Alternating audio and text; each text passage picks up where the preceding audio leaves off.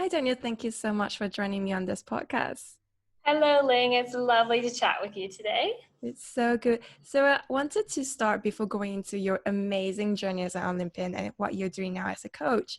To go back to your childhood, I understand you were born and raised in Vancouver to Australian parents. And then as a child, you were doing like gymnastics and swimming and synchro swimming. So it seems like you were very sporty as a kid. So was that something that you were naturally inclined to it? Like, how do you even get started?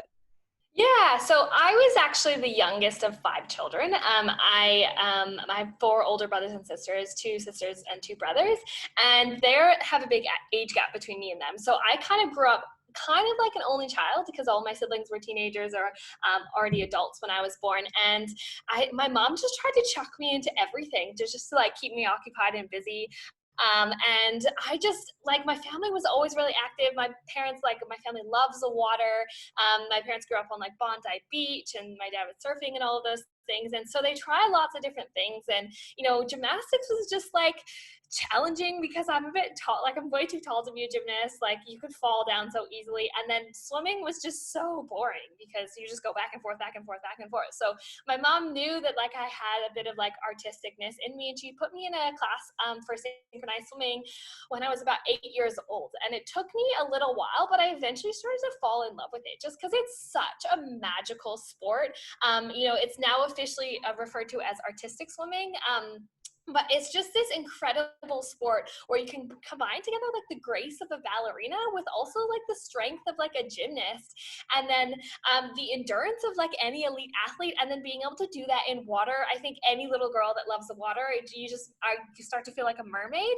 And after a few years, I just started to fall in love with it. But I had like this one big problem. I just was not very good at my sport at all. Like I was definitely the girl that was like the had the great attitude and always came to training and worked hard, but like I wasn't flexible. Things didn't come naturally to me. Like it was challenging, and I just had this belief system like I love my sport, but I'm never going to go anywhere with it. I just thought I was going to be one of those girls that just participated, and I was so proud to hit the pinnacle in my sport, which was at that point what I thought in year 11 and 12 when I was about 16, 17 to go to national championships in Canada. And like even there, I was like the reserve on the team, and I was so proud of myself for getting there. And I honestly thought that was it for me. Like I thought that when I hung up my swimsuit for the first time, which I didn't know, I retired at 18 years old. Like I thought that was it. Like I thought that I wasn't going to achieve anything else. So, what I love to say is, literally, if you would have told me that I would have been an Olympian, 6 years after I retired, quote unquote, from my sport, like I would have bet against you. Like there was just no way in my fruition that would have ever been on my radar. Like I was never that girl. I even remember, going to national championships, and I would look at the girls that like were coming first and second. And I literally remember saying to them, like to my teammates, I cannot wait to watch them swim at the Olympics one day.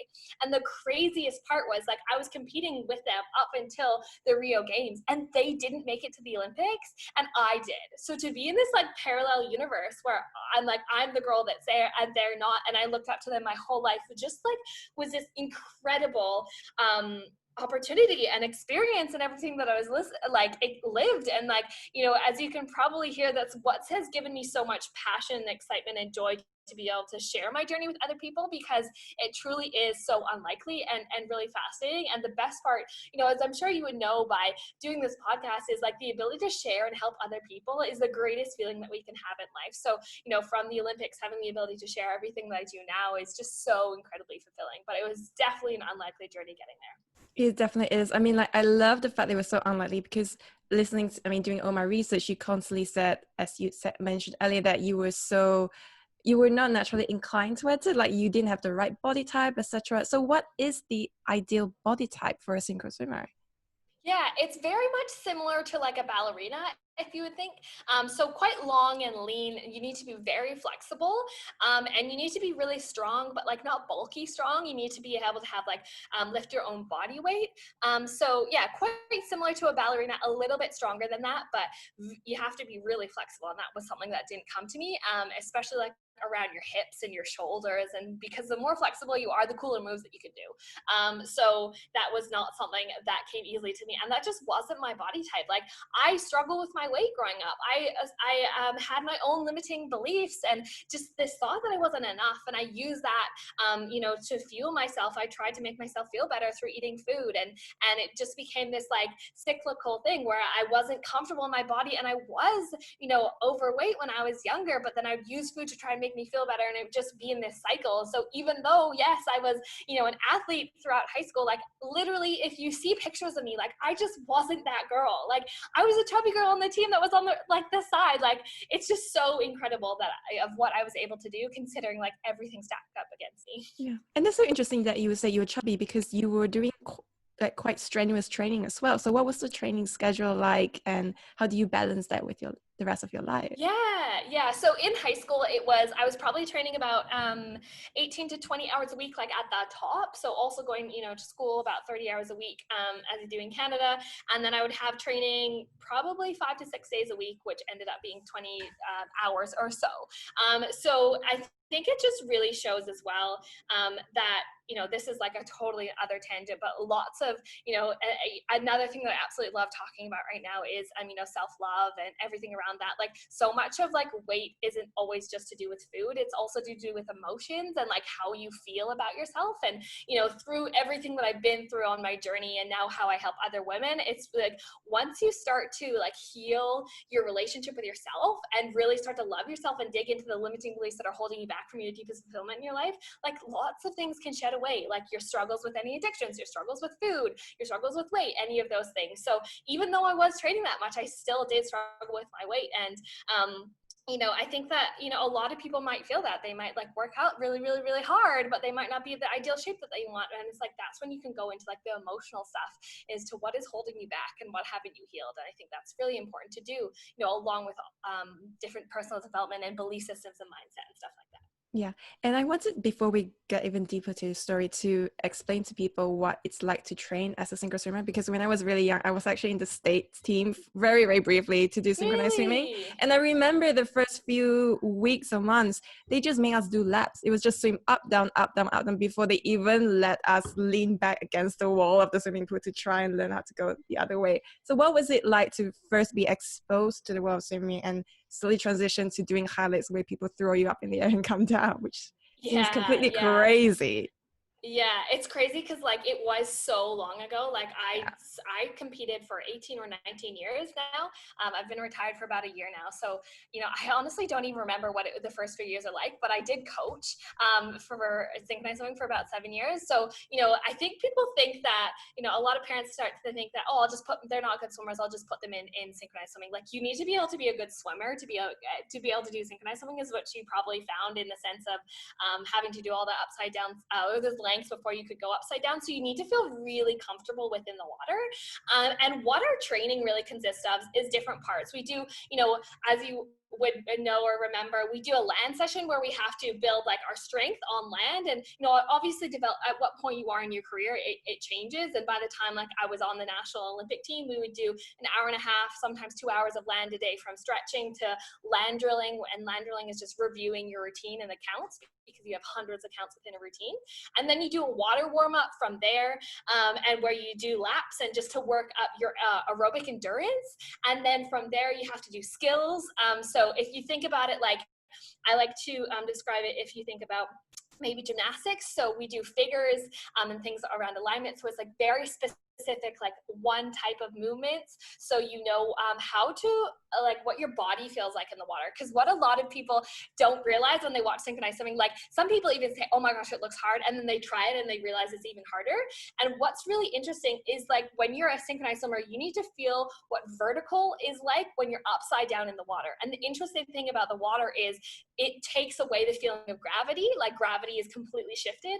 As a human being, if we're standing like too far forward or too far back, we're going to fall. So therefore we know that we're not straight. Whereas in the water, if you're slightly 15 degrees on your front or like forward or slightly 15 degrees on your back, you can't really feel the difference. So a lot of it is this spatial awareness where you really need to understand what your body feels like in this water, in this type of gravity that you're not used to, be walking around on land as a human being. So that is a lot of it, literally feeling what it's like to be upside down and not panicking. Because sometimes when people start to go upside down, they can panic. And when you start to panic, then you're like you can't hold your breath as long. And then from there, you have to practice lots of breath holding stuff, which you'll do in the lengths as well. And then once you have all the basic skills, and so you do the stretching, you do the counts, you do the water warm up, you do like the figure warm up and like all the like specific skills, then you can put things together to create a routine.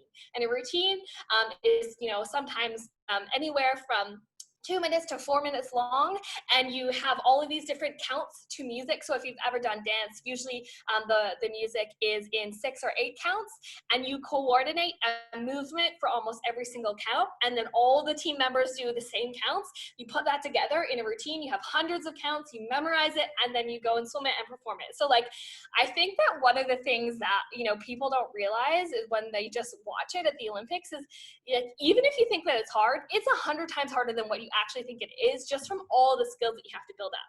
Like, even if I think of, and I come from the perspective that every sport is incredible, but if you think of something like javelin, like where you just throw the stick, it's incredible too, but it's simple. They do one movement, and they need to build up strength, they need to build up endurance. But in synchronized swimming, we literally do hundreds, if not thousands of movements within a routine. You do that holding your breath 50% of the time and with 7 other people in the water, and upside down. Like, it's absolutely like mind-blowing, the ability that synchronized swimmers have to just do this thing that like hasn't existed before the past 100 years when we had the capability of doing this. So like, I'm the biggest advocate in everything that I do to really build up the power that is synchronized swimming. Like, it is not this Esther Williams movie that we saw in the 1930s with ladies just floating around in like pretty patterns. Like, it is I will always say this, it is the most challenging sport in the entire world. And I will like lay down until my death and say that, because I know what it takes to be a synchronized swimmer, and just the capacity and the technique and everything put together. So, I hope that gives people just a perspective of how incredible it is. And on top of that, with all of those things, we do these things called highlights in synchronized swimming, which you may or may not see, but you can literally go and YouTube it. So just put highlights, synchronized swimming or artistic swimming, where we literally build like pyramids in the water. And if you've ever watched gymnastics, they kind of do similar things. We build pyramids in the water. We're not touching the bottom of the ground. We egg beat her up to the surface to create like a human spring, and then someone jumps up, does a flip in some different way, and lands in the water. So, we're doing all of this in the middle of routines, like sometimes 5 or 6 within a routine, not like exhausted, holding our breath and throwing people like 2 to 3 meters in the air. Like, it is just the most next level incredible sport ever. So I probably have like gotten everyone on synchronized swimming train after that bit of a rant. Yeah, sounds incredible. Thank you so much for the explanation. And I'm wondering, does your family understand what you do, and how important was family support for you growing up doing this? Yeah, that's a good question. My dad always wanted me to be a basketball player. Bless his heart. Like, he is a beautiful father, but he's like a man's man, right? So he likes watching football, he likes watching basketball, he likes watching softball and soccer and ice hockey and all of those things. So like, synchronized swimming just like was beyond him. Like, he'd never seen anything like that in his life. So he didn't really get it when I was doing it, in high school. And then when I started to, go to the national team and try out there, like, he worked really hard on understanding it even more. And it's really cool. They had the opportunity. My parents are older, so they're in their early 70s now, so they're kind of retired, and they had the chance to come watch me at each World Championships and Olympics that they did.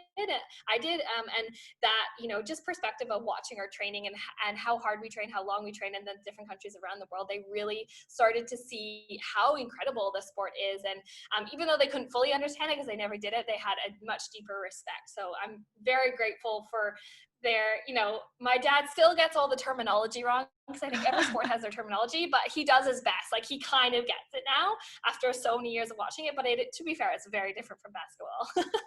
For sure. And so you mentioned briefly that you retired for the first time at the age of 18. I was wondering, what was the rationale behind retiring and what were you thinking of doing at the time? Yeah, so I retired at that point because, so basically in Canada at that point, you could either try out for the national team or you could kind of retire. The national team, you had to be able to trial for the national team, you had to be within the top 25 in the country. And then the top 12 make the cut to try out again for another round of the team. And then if there's spaces on the national team, then from the top 12, you could possibly make it in. Within the team, there's only 8 people in Canada. And in Canada, there's like hundreds and hundreds of athletes that do synchronized swimming. And at that point, I wasn't even in the top 100 in the country. So I was nowhere near the possibility of trialing out for the Canadian national team. And so really my only path was kind of to retire. And I thought, like I said, like I wasn't going to go anywhere, you know, in this sport. So I decided, you know, this is it for me. Like I have had a good run. I'm going to go to university. I'm going to do what everyone says that you need to do to like live a good life and like go to university, be a good student. And I went to and studied arts and art history in uni kind of before my world all changed in 2013. Yeah. And how did you feel about the prospect of being an art historian? It wasn't something that I was like, I think we have this pressure. This is like what I talk about with lots of like the clients and women I work with now. I think the society has this pressure that you need to figure out what you want to do with your life at like 17, 18 years old. But like an 18-year-old doesn't even know who they are yet. So I was just told myself I'm creative. I like being creative. So I wanted to study arts in university. I felt like that was a path, but it didn't excite me. And I knew that it wasn't my path. Like I had this, I call it in my book, this whisper inside of my soul that I had something great to give to the world. I just didn't know what it was or how I was going to get there. But I just knew that like being an art historian wasn't for me. And I kind of allowed life to like play its course for me to eventually get to where I am now. But I just like, I think it's really important for anyone listening. Like if you don't know what you want to do with your life, at any point, like it's okay. It's completely okay. We have this societal conditioning that tells us we need to have it all figured out or else we're a failure.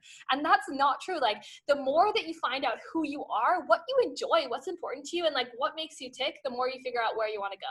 And if you don't know that at 18 years old, you're probably normal, and that's okay. And there's special people that do know, and that's amazing. But yeah, I was at that point where I was doing this degree because it felt like what I was supposed to do, but life took another course for me very soon after that. Yeah, so that happens in October 2013. And could you share what happened? Yes. Because that's where the highlights become really important. Yeah, definitely. So what ended up happening is I was at university. I was full-time. I worked a couple jobs as well. I was coaching. I was like a fitness instructor. And at that point, I had been on a bit of like a health journey as well. I started to eat healthier and I was feeling better in my body. So I had definitely lost kind of some of the baby weight that I was holding earlier. And I was on what is called is a master's synchronized swimming routine. So in sports, I think it's in a lot of sports, but definitely aquatic sports. If you do masters, swimming, synchronized swimming, water polo, it means that you're kind of not at the competitive age, but you're older. So they have things like Masters World Championships, which funny enough, I went to in 2012. So it's just a way for people that really love their sport can kind of compete at a level that's still fun and exciting, but they're not in that like elite athlete category. So I was doing masters and we were training for another world championships, which was going to be in 2014. And so I had a long day of uni and I worked and then I went to training that day and we were practicing highlights like I was explaining before. So we create these human pyramids and someone goes up and usually does a flip and then lands in the water. And what ended up happening this one day was my teammate went up and you know, if you ever watch like NFL football in America, like they have all this gear on, like all these pads and helmets. Like in synchronized swimming, we have a bathing cap, like nothing, right? And my teammate went up and she came straight down on my head. And you can imagine like a full human being like landing on your head. It's not good for you. Initially, I felt like, okay, I kind of like shook it off. I swam to the side. My teammates pulled me up and I was like, okay, I think I feel fine. And then I was driving home that evening and I started to feel like this really sick feeling in my stomach. I was getting a really bad like headache behind my eye. And I got home and I was trying to study for a midterm that I had the next day. And I remember like looking at the words on the paper, and I knew it was English, but I had no idea what it said. Like it didn't make any sense to me. And I tried to like look over at my mom and like say something to her, and I didn't know. It's like my cognitive function was completely depleted. And the next day I went to the doctor, and I ended up getting diagnosed with concussion. And I think concussion is very, very much brushed off as like, oh, you're lucky you just have a concussion in this world. But people don't realize like our brain is so special, and it really needs to be taken care of. And people don't know enough about concussions. Like you can't get a CAT scan, you can't get an MRI. The only way you're diagnosed is from your symptoms. They don't really know how to cure you other than just lay and do nothing. And it's very similar, I relate to people with mental illness, because you look fine. Like I didn't have any cuts or bruises or anything, but I knew that my brain wasn't working, and it's a very confusing state to be in. So, initially I was told to rest for a week, and I tried to, but being someone that was like so busy before, like being told to lay in a dark room and not do anything, like that's hard for anybody. And a side effect of concussions, which like makes sense if you're told to lie in a dark room for like a week or a month, is depression. So I fell into this like depressive state. I don't have depression, but I think like many people can feel levels of depression throughout their life. And I knew this because it wasn't even that I felt sad. I just started to feel this numbness throughout life. And I got into this state. I was literally, and so many people have these moments in our life where like, why is this happening to me, right? Why is this happening to me? Why is this universe, world, whatever you want to call it, like doing this to me? Because we can feel so pitiful and bad to ourselves. With hindsight, I think it's so beautiful to ask, like, why is this happening for me? Like, why is this a blessing? How can I see this in a way that's going to aid my life? And little did I know that would be the greatest gift to like rest and recuperate my body. And really, in that space, that I took, realized that I wasn't enjoying what I was doing in university. I wanted to do something different, but I didn't know what. And it kind of like shook up what I wanted to do with my life. And a month after I got that concussion, the day after my 21st birthday, I got this message from, I was talking to a friend of mine on the phone, and she got a message from the Australian assistant national team coach of the synchronized swimming team, who reached out to her and said that the team is looking for more people, because this was 2013 at the time, and they wanted to have more people try out for the team to qualify for the Rio Olympic Games. Myself and my friend that she was reached out to were both Australian Canadian citizens, funny enough, both synchronized swimmers. And, at me being this person who never thought I was enough, like, of course, I never thought this opportunity was for me at first, because they reached out to her. So I was like, oh my God, this is amazing for you. I'm so excited for you. You definitely got to do this. And like, how often in life are we the first to like cheer on our best friends? And we're also the first to count ourselves out from the exact same thing. And after we kind of celebrated this for her, she turned around and looked at me, and she's like, Danielle, you could do this too. Like, we could do this together. Like we could both go on this journey. And I like, at first I like laughed at her. I was like, there was no way. And then I had this perspective of like, well, what if? Like, this is crazy, right? Let's think of all the things against me. I'm in Canada. I have a concussion. I was never really that good. Like, so many things against me. I haven't trained professionally. Like, I was doing masters, but it's nowhere near the level of like national team training. Like, how is this even possible? And then I had this other perspective. It's like, what if I don't? What if I live my life and don't do it? Will I always regret it? Will I always wonder, like, what if I had the courage? What if I tried? And I even like kind of future paced myself as if I was living like on my deathbed. And I was looking back at my life at all the things that I wish that I have done. And I think this is a really good, you've ever heard the book, The 5 Regrets of the Dying? By Bonnie Ware. Yes, it's beautiful. And basically one of the greatest, the number one regrets is that I wish I had the courage to live the life that I wanted and not what others wanted. And I had this moment, I was this massive fork in the road. Do I do what's ridiculous, like maybe not even possible, or do I stay safe and always wonder what if? And I was like, there's a 0.00001% chance that I can make it. But somebody has to be that 1%. What if I choose to believe that might be me? And in the process, I'm going to do everything that I possibly can. In the process, I'm going to work so hard on myself. In the process, I'm going to make this as possible and give it everything inside of me. And I would rather try and fail than always wonder what if. And that thought, that belief led me to take this leap in my life that I had to find this courage inside of me to do something that was literally crazy. You know, I had every possible thing stacked up against me, and I decided that I was going to believe in myself and maybe make this happen. And within 7 months, you know, I recovered from my concussion, and I moved to Perth, Australia, where I knew nobody except for my teammates at the time, and nothing. I had dropped out of university. I moved there with 2 suitcases, and I like literally took a hope leap and had faith in myself that somehow I was going to make this happen. So you moved to Australia, and honestly, that's the part that just like I was so in awe of you, thinking that you really just threw everything that you had just for this opportunity. And I wonder, like, when you first arrived in Perth, what was it like, and what were you thinking? How do you even begin to network and be a part of this whole community that you've never been a part of? Yeah, it was, you know, looking back, I kind of laugh at myself because I was so laser focused. Like I'm like, what was that? Like, even like I still have moments where I was like, I was so crazy. How did I do that? But I was so laser focused on the opportunity of just improving myself and working towards getting there that I didn't really care about anything else. Like I moved there, and I remember the first night, like I knew nobody, and I brought a sleeping bag, and I slept on the floor of this apartment that I like had got, and I was like realized, you know, I think that Perth, Australia is probably one of the geographically one of the furthest places in the world from Vancouver, Canada.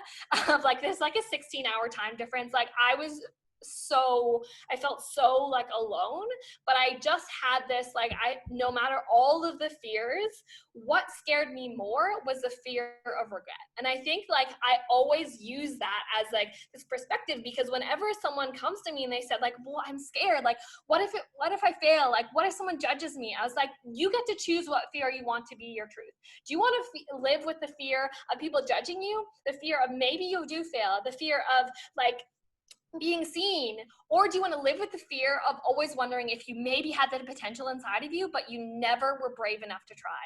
And when you get to choose, which fear do you want to live with? And I chose that despite everyone thinking I'm crazy, I'm gonna just lean into that fear because it might be worth it. And it ended up being so freaking worth it. And, you know, I know that like not everyone is going to have an Olympic opportunity, but people all get opportunities in their life. But so often we do not count ourselves in, right? Because we're afraid we're going to fail. We're afraid we're going to be judged. We're afraid we're going to be seen. We're afraid we're not enough. We're afraid we're not worthy. We're afraid we're not smart enough, beautiful enough, old enough, whatever it is. And we can choose that to be our truth, or we can choose the truth to be, what if I get to choose who I want to be today? I don't have to believe every thought that my brain tells me. I can choose to insert and rewire my brain to be with thoughts that align with who I believe in my soul, in my heart, that I can be in this world. And I think too many of us allow those, you know, subconscious mind, like our subconscious mind runs 95% of our life. And, you know, so often people's subconscious mind's thoughts are that I'm not enough, I'm not beautiful, I'm not capable, I'm not worthy. They choose that to be their truth, as opposed to being like, no, that's just some not true story. And I'm going to choose to rewire that to be in alignment with who I know in my soul that I came to be. And the people that choose to have that other thought, that latter thought, and like go after it consistently are the ones that slowly start to make the difference in the world. You know, no one that we ever see or look up to in this world, like Oprah or Richard Branson or Elon Musk or, you know, Obama or whoever you want to like look up to in this world, ever, like, you know, they all had the limiting belief thoughts, but they just chose to not let that be their truth. And that's what I want people to know, that is the capacity that all of us have in our life. Like, I'm not a special butterfly. I was a regular girl who sucked at my sport, and I made it to the Olympics. Just imagine what we all can do if we choose to believe in ourselves.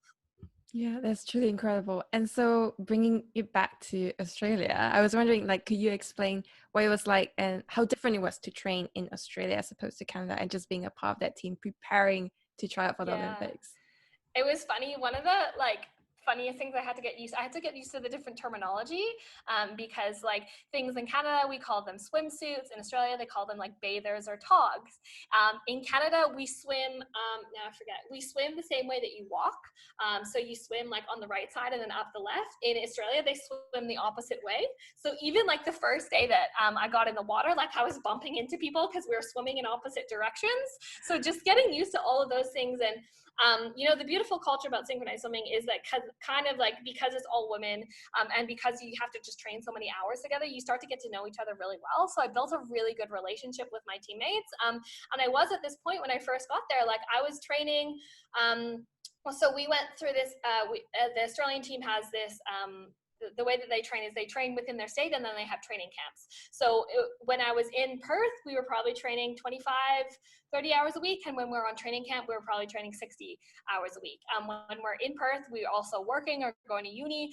And when you're on training camp, which can be in Canberra at the Australian Institute of Sport often, then you can't really do anything because you train 10 hours a day, 6 days a week. So it was really challenging to get used to, especially at first. Like I didn't have a job. I needed to find a job. It was hard to find a job at the time because it was like Perth was kind of booming at the time. So there wasn't a lot of jobs available.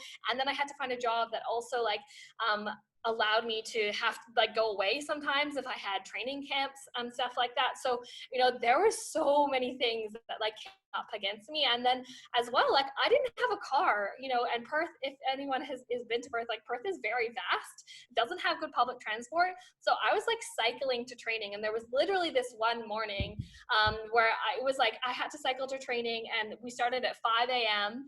And so it took me 20 minutes to cycle there. So I was like, had to cycle like 20 minutes before I did 4 hours of training in the morning and then cycle back. And it was pouring rain, like downpour. And I either had to like not go, which wasn't an option, or just cycle. And I just like put on all of my gear. I had my bathing suit on underneath, and I was like, I'm just going to get soaking wet.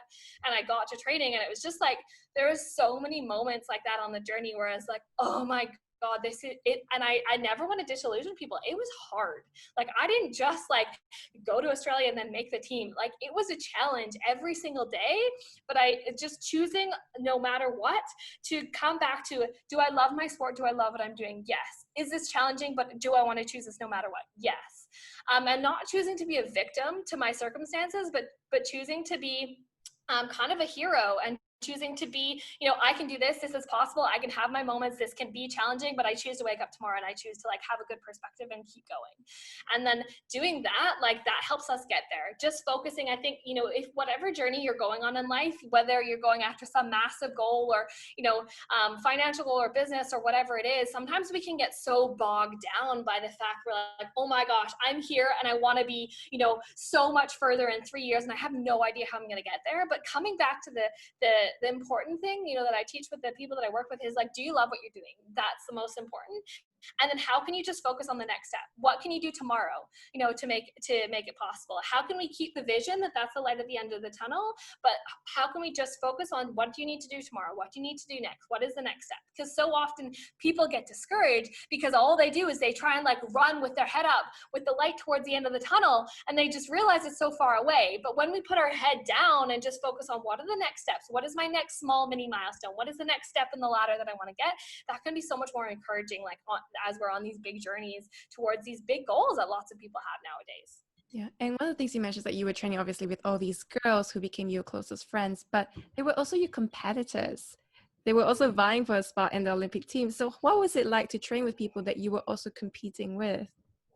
Yeah, it was a really interesting process because I really started to feel it in 2015 after we qualified a team for the Olympics. So what a lot of people don't know is for Olympic Games for teams, you qualify the country for the Olympics. And then even if I was on the team that swam that qualified the country Australia for the Olympics, that didn't mean I had a spot in the team.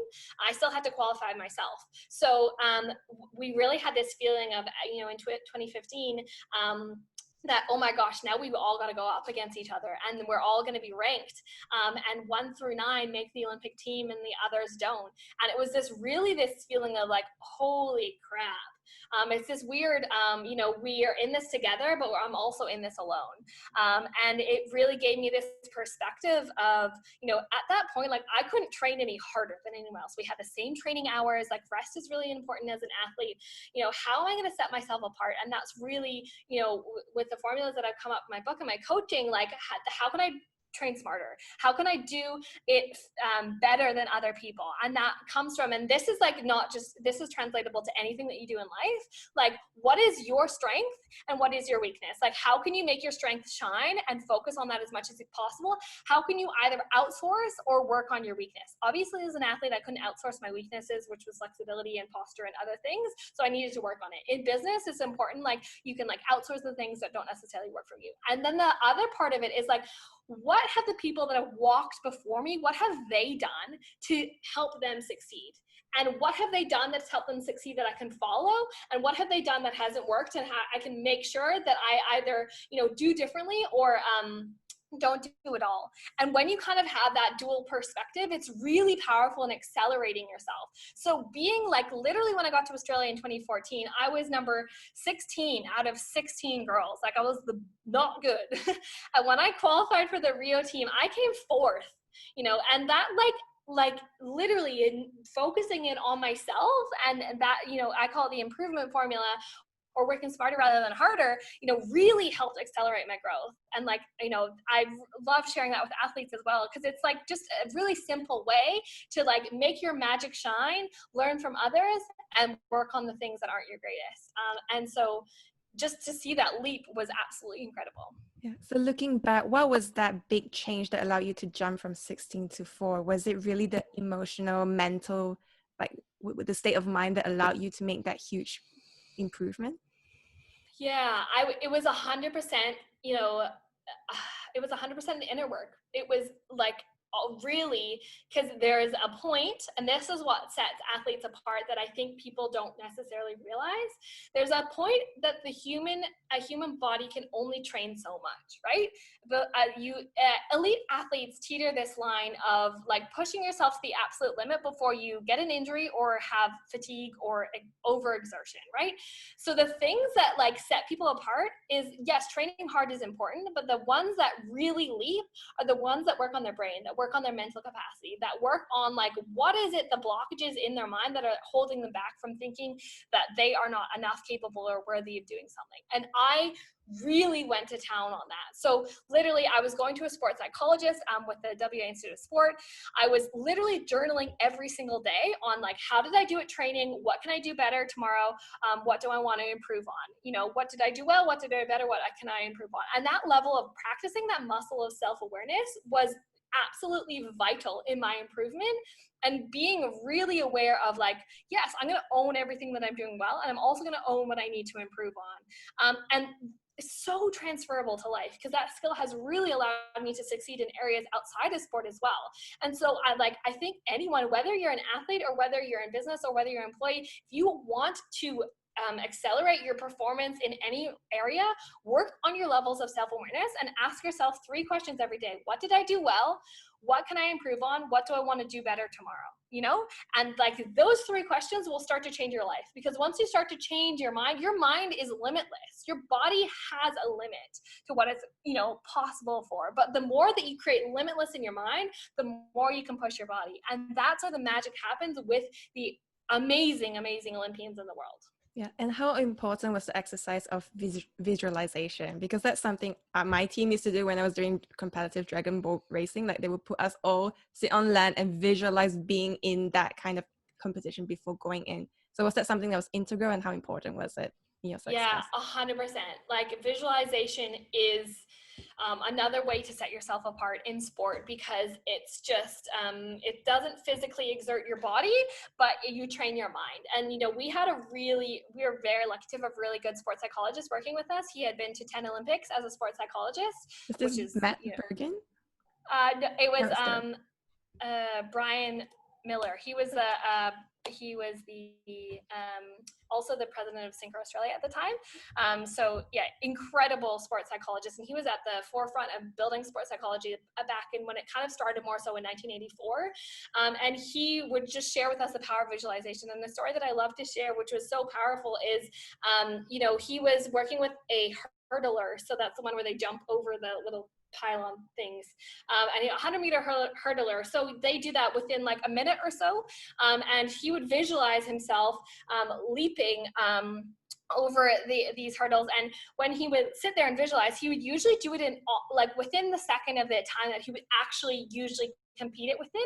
And the crazy thing about visualization is, like, which I've been learning more the science of it, but like when you're focused on your frontal lobe in your brain is focused on visualization, time and space disappear. So when you're really visualizing really well, you actually have no concept of time. And so it's very challenging to actually do it within the time limit. That means he was an extremely good visualizer. And this one day he was visualizing, and he didn't have really as good of a run. And as you may know from visualization, you always want to do it in a sports setting, like in a competition sense. Like, you're not going to visualize your training unless you're injured and you want to improve.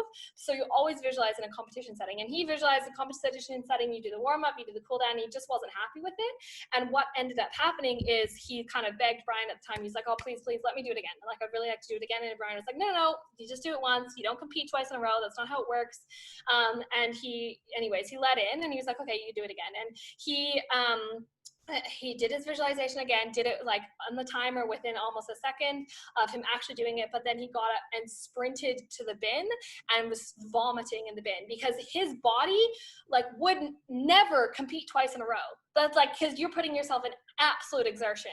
So his mind was so good at visualizing that he literally thought that he had done it twice in a row. That made him had a visceral result of like throwing up, which is just incredible. And like, even so, like, if you look into the work of visualization now, like if you ever look into the work of Dr. Joe Dispenza and like the shifts that you can make in your body from the visualizing and mental rehearsing things within your mind is absolutely incredible. So, sports psychology 100% is the forefront of that.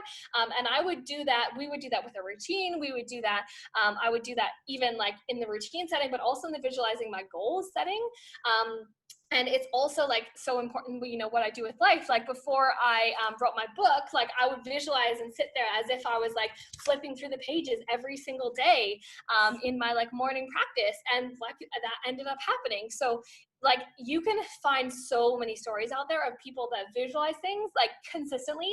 I think this is where the people like miss the mark. They're like, cool, I'm going to do it and it's going to be amazing. Like you need to do it consistently, right? Like if you work out once, you're not going to be fit. Like everything is with consistency. And then when you do that with consistency, things come into fruition when they're in alignment with who you need to be. So visualization was absolutely integral. Incredible. And what was it like? Do you remember qualifying for the Olympics, and did your life change overnight knowing that, okay, this is real, I'm really going to Rio, I need to be serious now? Yeah, I think that I kind of had a moment before the Olympics where, before Olympic team trials. So we had Olympic team trials in April of 2016, and the Olympics was in August.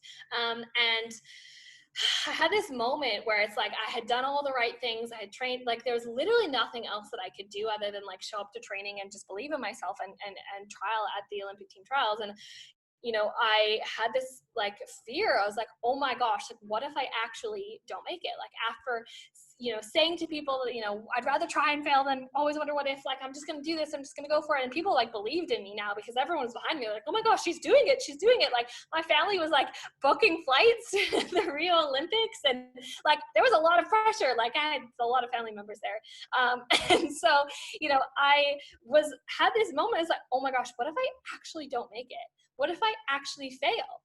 Then what? And I had this like, beautiful aha moment, epiphany, where I realized that it was like, it was never about the Olympic Games.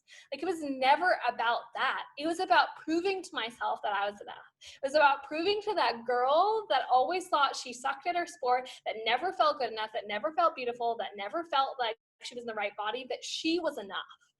And in the process of like doing that, I had incredible experiences that made me who I am. I met incredible people. I did something amazing that blew my mind of what I was capable of. And whatever I got from there was a cherry on top. And, if you've ever looked into like stuff around manifestation, that's also like the power of manifestation. Like when you realize that you are enough and I didn't need the Olympics or becoming Olympian to make me feel good or worthy anymore. I just released it. It was like, I will show up and do my best, and whatever will be, will be. And then, I went into trials, and I on April 7th, 2016, I was sitting there, at my tiny little apartment in Perth, and I was waiting for this call from the Australian president of the Synchronized Swimming Association. And he, I was pacing around and just, literally I felt like I was going to vomit. It's like I felt so sick. I hadn't slept the night before because I was just so nervous. At that point, you literally can't do anything else because you've like trialed and everything. And, he called, and I was even afraid to pick up the phone, and he just said to me, he's like, Danielle, of course you're going to the Olympics. Like, of course. And like in that moment, oh my gosh, it still makes me emotional. Like in that moment, I just like started sobbing because, even though like I knew that I was already enough, it was just kind of like the cherry on top. Like, and in moments like that, like within your life, you kind of have like this movie reel go through your mind of like every hard moment, every moment when you're like, I was crying because I was exhausted, I was tired, I was worried I was going to fail. And like, it all goes through your mind. I'm like, oh my gosh, I did it. And that was, one of the greatest feelings. And then from there, because we were never really going to be like medalists, I just told myself I was going to give it everything I had, and I'm going to enjoy the journey. Because, the thing with life is it goes by so fast, right? And so many of us wait for our happiness to be at this certain point to then feel the joy, when we really, really need to realize that the joy is in the process of it all. And, that was something that I was really, really aware of, that I'm so glad that I had, retired from sport, because I knew that I would look back and I wouldn't miss, the actual moments of competing. Like those are amazing, but I would miss all the little moments with my teammates in training. I would miss all the moments where I overcame something and I pushed really hard. I would miss all of those like incredible little memories. And, the competition is amazing, but it doesn't make me who I am. And, that's one of the messages that I really, really am passionate about sharing, is just how much can you find joy in your life in every single day? How much can you find joy in the presence of being who you are and doing what you came here to do, and not wait for your joy to be at the end of the line, to be at the finish line, to be at the end of your life, to be till you get the paycheck or the car or the resume or whatever it is, because it will feel so empty unless you feel it in the process. Yeah. And the journey, once you qualified to the Olympics, it wasn't smooth sailing either, because I understand you had to pay your own way through. I mean, why was that so? Were you not being paid? Like, how do you even manage the finances? Yeah, so that's one thing that I think a lot of people don't realize as well. We seem to think, because of the way that the media makes it, that every athlete is like a multi-millionaire, and there's a lot of athletes that do really well, don't get me wrong, and like good on them. I think athletes need to be paid as much. Every athlete needs to be paid a lot, but most of the athletes that go to the Olympics get paid below minimum wage or are self-funded. So we as an Australian Olympic team, we did not receive very minimal funding, but we had to pay in Australian dollars up to $10,000 to $20,000 a year to be on the team. And on top of that, you have to pay for life, you have to pay for rent, you have to pay for food, you have to pay for all of the things. So, one of the blessings is like my parents helped me out to pay that, because it was like this collective dream. And a lot of the other girls, all of the girls' like families had to pay that as well. And it's not as the fault of the Association of Synchronized Swimming. They just receive very little funding. So that's the only way that makes it possible to bring the teams to the Olympics. Once we got on the plane to go to Rio, then everything's paid for.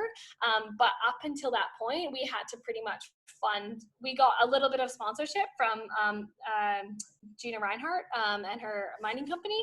But other than that, it was mostly like self-funded, which was really challenging. So even though, my parents were paying for all of the fees, like I still had to pay for rent and food and life. And my boyfriend at the time helped me a lot. So there was a lot of financial stress on top of everything else that comes with being an athlete.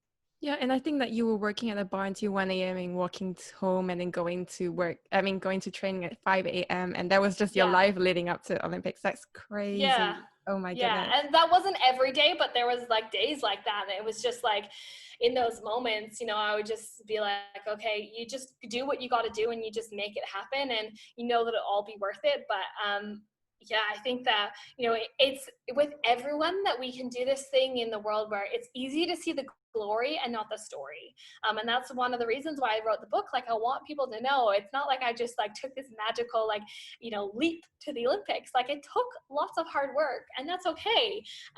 And, you know, that's why I was able to make it happen. But it does take time, it does take patience, and it does take working efficiently and hard.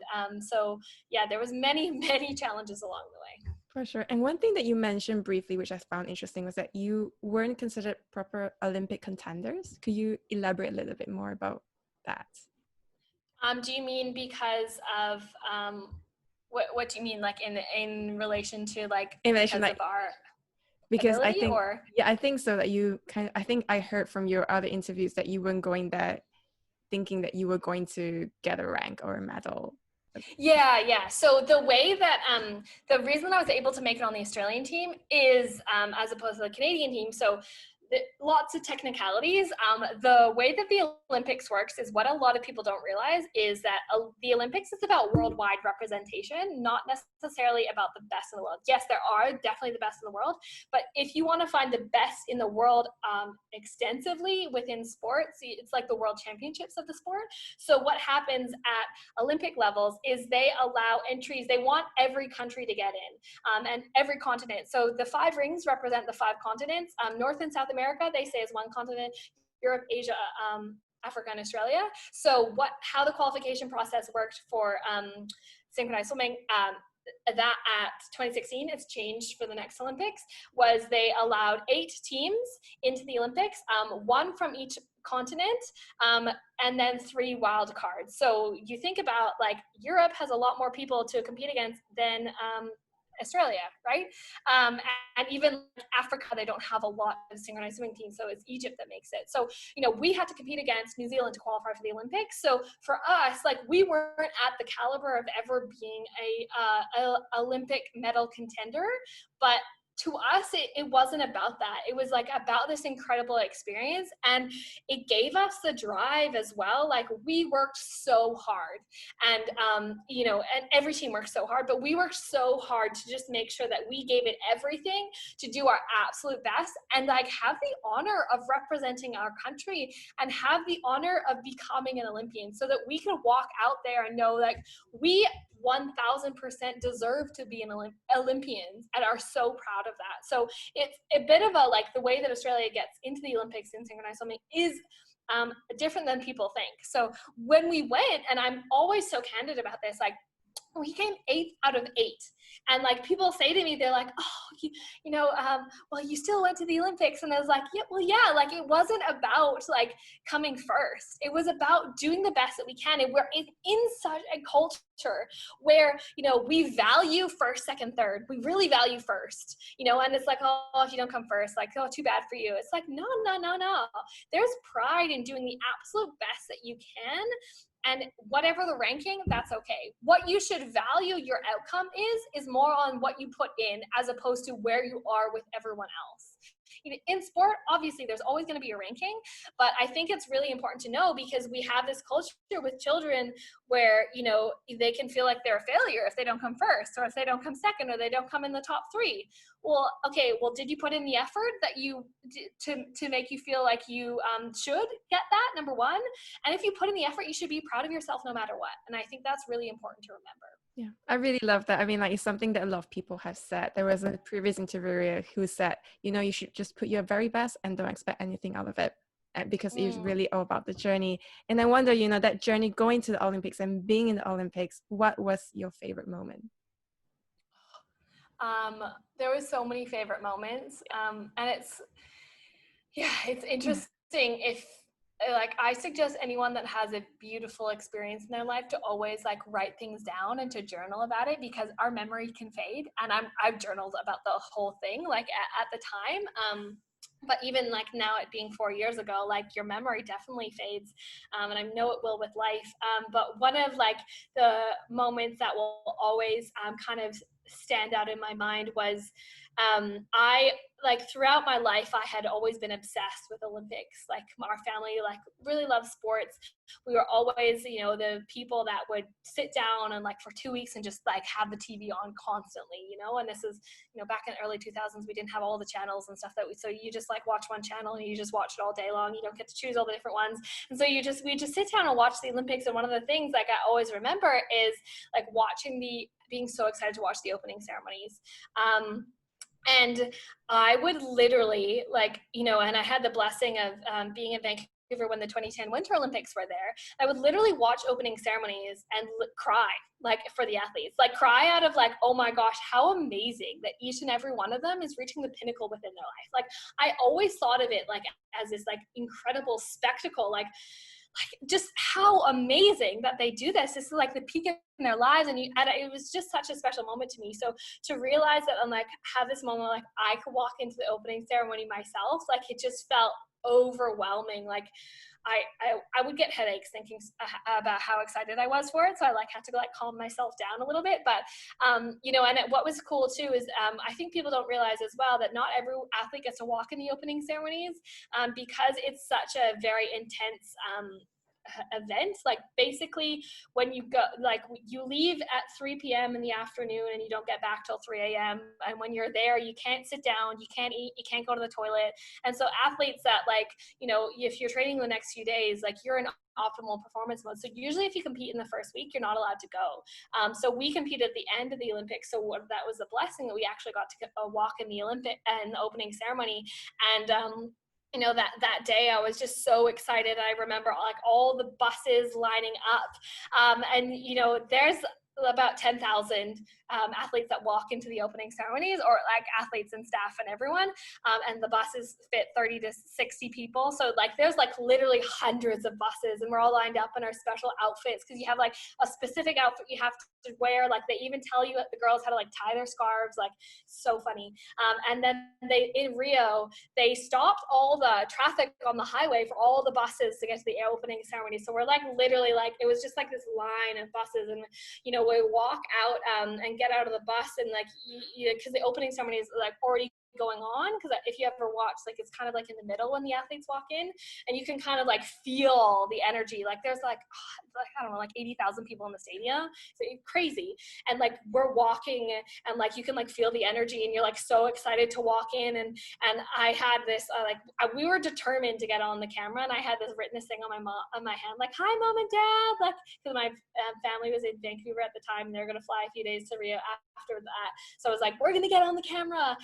And we were like right at the front, the first line of the country. Usually they choose who they want to be in the first line, and so then like usually they're like well-known athletes for the country, so then we were like right behind them, and we're like, okay, we're gonna like get on camera, we're gonna get to the front, and then we start to like walk in, and you have this like deep, really dark tunnel, and on the other side you like walk through to the entry of the stadium, and you know, we're walking, and you like know that it's about to happen, and like everyone has their phones out. Also, like at the Olympics, we all got Samsung phones, like which was really cool. Everyone got like a Olympic phone, which is actually like so smart on Samsung's part, because all these athletes are holding up Samsung phones, right? So Perfect advertising. deal. Yeah, and so we're walking into this like dark tunnel, and you're like, you can just feel the light at the end of the tunnel, and you know, the energy, like it's pitch black in there, but you can feel the energy of everyone around you. And then the whole if you've ever heard like the Australian cheer, it's like Aussie, Aussie, Aussie, oi, oi, oi, and the whole Aussie team starts yelling Aussie, Aussie, Aussie, oi, oi, oi, and I just started like bawling my eyes out, because I just felt so incredibly proud to be there. And it felt like this incredible metaphor. Like, you know, you heard like all all the moments that were so freaking hard and challenging. And like, I was in that darkness and I was holding my teammate's hand and like bawling my eyes out, like out of overwhelm and joy and all of the things and like everything that I had been through. And I really felt like it was this beautiful metaphor for life that like, and when I walked into like this, there was this line that's like, the shadow went into the light, and I walked into the light of the stadium, and I just felt like in that moment, like I felt like I became an Olympian. And I walked out, and like me and my teammates were right on camera as well, like waving at everyone, and I was just crying my eyes out, because it was in that moment really that I was like, oh my gosh, I did it. I freaking did it. Like going from that girl that was sitting in 2.5 years earlier and concussed and like wondering why the heck this is happening to her, wondering like if she's ever going to be able to do anything great with her life, and actually saying it, following through, working hard and making it happen. Like that moment was just incredible. That's amazing. And what was it like being a part of the Olympic Village? Because you had 2 weeks before your event started. So what was it like? Do you hang out with the other athletes, or were you just training, going back to rest training? Yeah, that's like another thing that's it's so interesting being behind the curtain. You know, so many people don't realize like we were training every single day. Like we had 6 hours of training in the water every day, 2 hours on land. So we were still training every single day in the lead up to the games. And it was cool. Like you go to the stadium and you're in the, you go, they have like a training stadium that you train in, and then they have like the competition stadium, and you usually get to practice in the competition area like quite a few times before you compete, so it gets really normal depending on like what events are live at that time. And so it's just cool like getting in the bus with different Olympians. And you know, we're very in the, because being Synchronized was around all the aquatic Olympians, so we're around lots of divers and water polo players and swimmers, and so just being around that was like so incredible. And you know, meeting so many different Australian like notable athletes was really cool. And just, you know, realize like, you know, in our free time we would go down, they had this like area where all the athletes hung out and just like watch different sports and like learning from different athletes about different sports, which is so cool. That's one of the things I love about the Olympics too, is like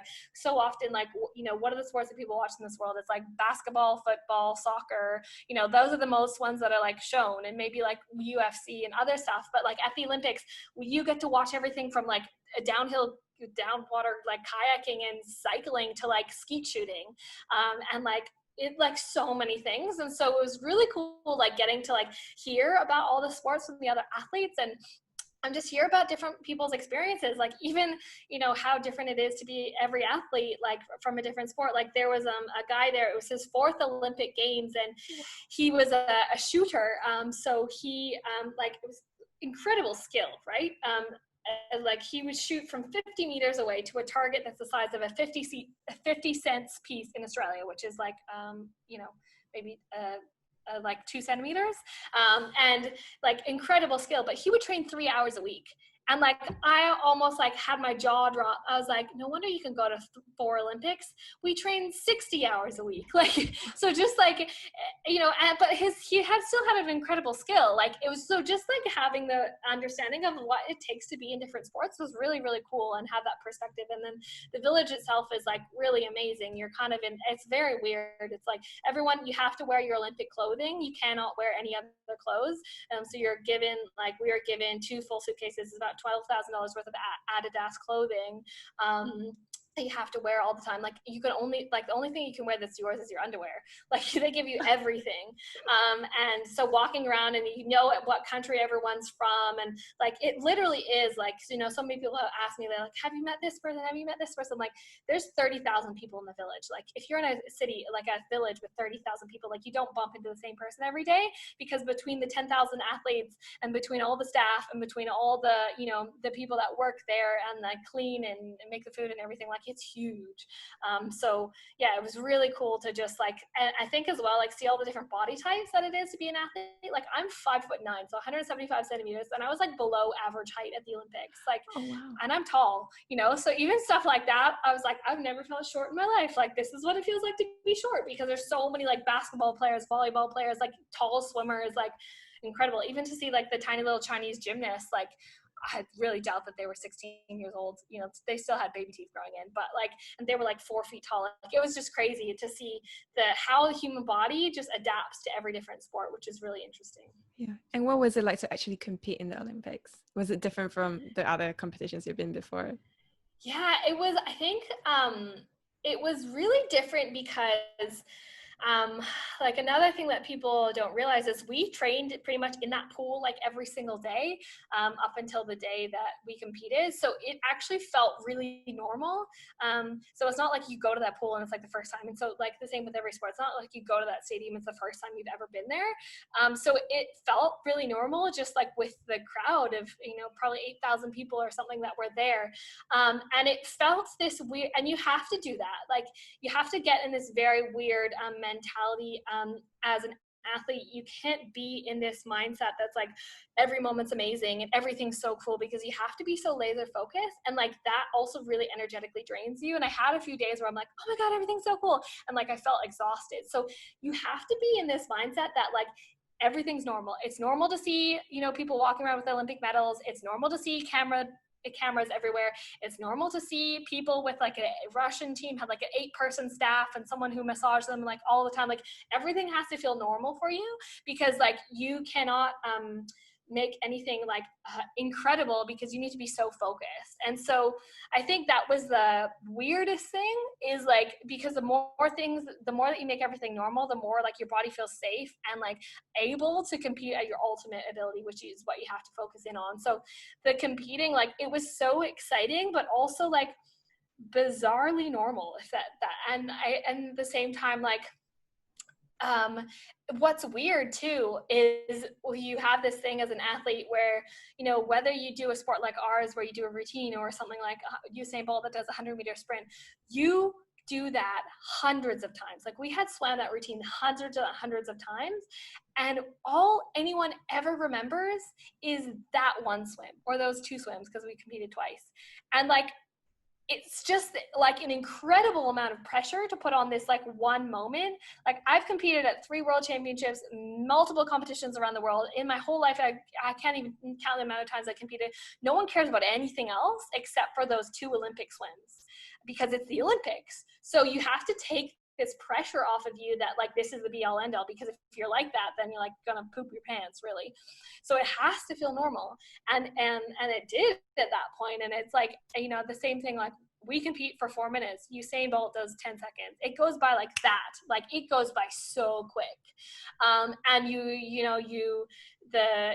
you walk up on stage, you dive into the water, and it's almost over. And then you walk out on stage to receive your scores, and you're like, oh my gosh, is it already over? Like, it's crazy. And I think in those moments, it really made me realize like the perspective that I have now. Again, like I say, it was never about the Olympics. Like, if you took away the 7 minutes collectively that I saw at the Olympic Games and gave me everything else, I would still be the person that I am today. But if you only gave me those 7 minutes, like I wouldn't have the experiences, I wouldn't have the learning lessons, I wouldn't know the people, I wouldn't have all the ability to do everything that I do now in my life if I didn't have everything that led up to that. And so it's kind of like doing the absolute best that you can, but knowing that it's all about enjoying the journey and trusting that your process and your athleticism and your practice is going to give you the result that you want. But your joy in life comes from the journey and the process and getting to the goal, not just from the outcome of the goal. Is there anything in particular, looking back, that like a small moment that really touched you and that you think about? Yeah, it was actually like one of the moments that touched me really was it was actually after I competed, because you're kind of in this like, it's a very like weird state to be in. Like everything's like you're so focused, and then when you're done, like everything's over, and then you're like, oh my gosh, Olympic bubble, like it's amazing. So one of the moments that was really stuck with me was actually the day after I competed. Me and my family went and walked around like the beach in Rio, and the triathlon was going on at the time. It had just finished, and I remember this weird moment where I was looking at this Japanese triathlete, and she was probably at like 5 meters away, and I, for some reason in that moment, I was just watching her, and in that moment, you could see, she didn't say a word, but I knew exactly how she felt. You could see that she just realized that she competed at the Olympic Games and she just finished. And she started bawling, like out of gratitude and joy for what she had done. And in that moment, like I started crying because I was like, I did that. I just did that too. And then her, like, I think it was her coach came and the two of them were just hugging there. And it was like a moment that no one else noticed. But because like it was this gift that I was given, because when you're so wrapped up in the experience, like of it all, like you almost, it's like this out of body thing you can't really feel. But seeing her have that like realization in that moment, I realized that I had done exactly what she had just done. And she didn't win a medal. She just competed and gave it her all. And like, that was this beautiful realization that I had in my own life. I was like, oh my gosh, I just did that too. How freaking incredible. So yeah, that was really special and like super random. Yeah, no, it's so beautiful. And I mean, like, what was it like? You know, you're in this huge bubble on the biggest stage in the world, and then you come back to real life. Like, was that a strange thing to be in? Like, how do you even get your bearings? Yeah, it was weird. It was very weird. Because you go from like at the Olympic time, like your whole world is focused on that. Like, you know, and I mean, the Olympics is a big thing. Like most people in the world kind of know, if you have access to media, you know, it's everywhere. The advertising, it's on the TV. So you kind of know that the Olympics is happening. And for like 2-3 weeks, maybe a month, like you're the most important thing in the world. But then this weird thing happens, as the world, as it always does, is like everyone moves on.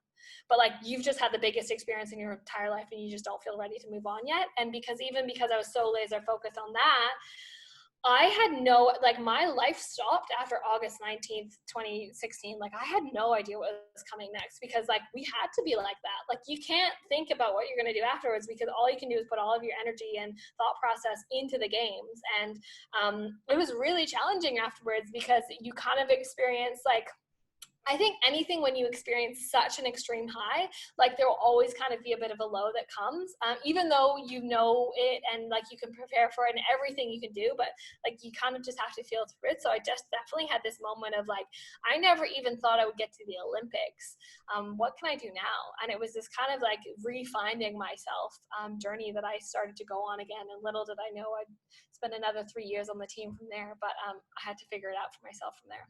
Yeah, I think after that, you actually also went back to university, and you were also working as a nanny and as a waitress. So you were trying to find out what you were doing. So you also took a year off in 2018.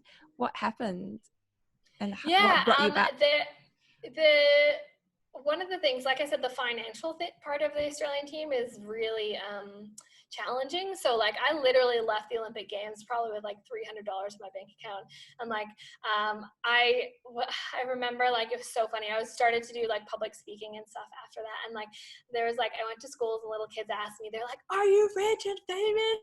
And I was like, "Mate, you don't even know. I'm so not at all." And like I went to waitressing and nannying because I just had to make money. And it's like, that's like definitely being pushed off your pedestal, but it's a good reality check. I think I'm so grateful for is like having this, which I'm such an advocate for now, is like no one is better or less than anyone else. We're all as worthy from as each other, and like it's only your perception. So it just made me realize that even though I had gone through this experience, like, you know, I had to be humble and be a waitress and serve people food and be a nanny and take care of their kids, and that was okay. And I still had done amazing things, but it didn't make me better than anyone else. It was just my own journey. So, you know, I took time off. I went to the 2017 World Championships, and the following year, the weird thing about everything kind of goes in a cycle. At least it did. It was like an Olympic year, a World Championship year, and then there was kind of a space year, and then another World Championships, and then Olympics. So that's kind of how it goes. So 2018, there wasn't any World Championships, and there wasn't any huge competitions.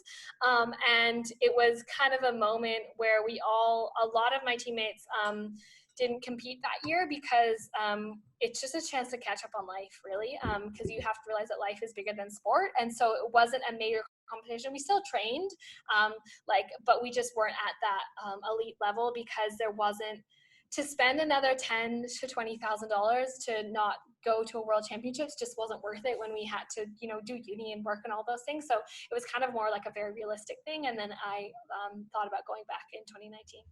And you went back and you did something really unique. You became Australia's first mixed duet with Ethan. So what was that process like? Because, I mean, you're working with a guy for one, and he's like only 19 years old, whereas you had 18 years of swimming synchro swimming under your belt? What was that whole process of coming together like? It was so weird. I had swam as long as he had been alive, and he had just started swimming. It was like such a, I think it was another moment for me where I was in 2018. I was thinking about retiring then, and just like not going to 2020 Olympics. And my coach came to me at the time, and we knew like Ethan was, I coached with him. He was like a friend, and we were looking for a duet partner for him. And my coach came and asked me, she's like, would you want to be his duet partner? And I was like, what? Are you joking? Not me. Like it literally, it was like, felt like a parallel moment of what had happened in 2013. I was like, are you joking? Like, I can't do that. That's not a thing that I would do. Like, I'm Why, not, though? again, I'm not, I'd like, usually like the, do mixed duet partners are like very like petite and elegant, and like I just wasn't that. And like I was never really like, I was a really good team swimmer, but it's something I hadn't explored because there's lots of, in synchronized swimming we have solos with one person, duet with two people, a team with 8 people, and then a combo which is 10 people, so it's a different style in each thing, and I had never really been a big like I was never really the graceful one. Usually the person that you choose for mixed duet is kind of like, she becomes like the star. Like if you've ever watched ice skating or ice dancing, or even like dancing, like ballroom dancing, like the woman is kind of like the spectacle, and it's very similar in mixed duet. And I just didn't feel like I was that person or had that personality, but my coach seemed to believe in me. So I was like, wow, okay, let's just preach what I talk about and take another challenge under my belt. And that was what led me to doing that, because I was like, why the heck not? Let's just see if we can do it all over again, and train and do this other thing. And it was also a really cool, I was like, wow, how cool would it be to be the first mixed duet in Australia? How cool. Ethan was a good friend, and I love him. He's like a little brother to me because we're 6 years age difference. And I was just like, how cool would it be to like walk this journey with him? He's the most down-to-earth, beautiful guy ever. And I just thought I would love to do this journey with him, and it would be a really cool experience. And it could be a really good, I was thinking either of doing that and training for the Olympic team, or using that kind of as a transition out. And I eventually chose to transition out of my sport. And it was good because I had so much experience. We didn't train anywhere near the amount that I was training to go to the Olympics. Like we were probably doing 15 hours a week, which like maybe to someone like 15 to 20 hours a week sounds like crazy amount of exercise, but for someone that comes from 60 hours a week, like it wasn't really that much. So I could do that, and I was working part-time, and I ended up writing my book at the same time. So it kind of allowed me this ability to have this transition into a normal life, which was a really big blessing as well, to kind of find yourself after sport. Yeah, and I would like to pick up the fact that you said you were Australia's first mixed duet. I think like what's interesting is that synchro swimming, as I understand it, is very female dominated. So the fact that Ethan was coming, he faced his own challenge of almost bias against his gender. Am I getting this right? Yeah, I think a lot of people don't realize the amount that which I love. Synchronized swimming is such a female dominated sport. Like we create powerful women, which is amazing, in a world where it's been the opposite for most women. So it's almost this like opposite sexism. Only in 2015 were mixed duets, men allowed to compete internationally as part of mixed duet. So men were not allowed by the international rules of FINA, which is the Aquatic Association of the world. They weren't allowed to compete at world championships. There's been really notable, if you ever look at mixed duet, Bill May usually comes up. He's from the US. He tried out for the 2000 US Olympic team, but he wasn't allowed on because he was a boy, a man.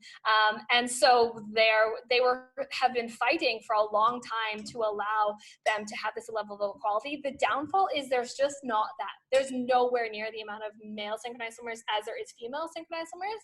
I think it's quite similar probably to the process within ballet. Like I think ballet is probably like 100 years ahead of us. I think it will become so much more normal, but it is stereotyped as a woman's sport. However, what I think people don't realize is naturally men are better at it, and like that's not me being sexist, like men have more upper body strength because that's the way that they're built, you know, they, and so being upside down, having more upper body strength is really, really helpful. And as well, like they can lift women so much higher than women can lift each other. So there's this really cool dynamic in mixed duets that like the world hasn't seen before the past like 5 years, where you create this, like there was new levels, that the new, you know, lifts and things that were being created. And there's this, this beautiful kind of ballroom dance dynamic between a male and female synchronized swimmer, because you create almost this like this spectacle, like this show, this performance, like you're watching something beautiful, as opposed to if you just watch two women together, it's much more technical, if I describe that right. So it was a really cool like journey to navigate together, and frustrating at times, because I was like, so like a lot, I had to kind of walk the boundary of like not coaching him. Like I would coach him a lot, because I have been spent 7 years as a synchronized swim coach. So like walking the line of like letting our coach him and me being his teammate, and like helping him through his own mental barriers of being 18 years behind me and having to take leaps and bounds, but also he was learning, you know, as an 18-year-old, so his mental capacity is so much, you know, more than when you learn at 8 years old. However, there's also, he had to do so much untraining because he was a swimmer, and he had to teach himself things that his body had never done before. So he's still training at the moment, and like you know, the goal in the world is to get mixed duet into the Olympic Games.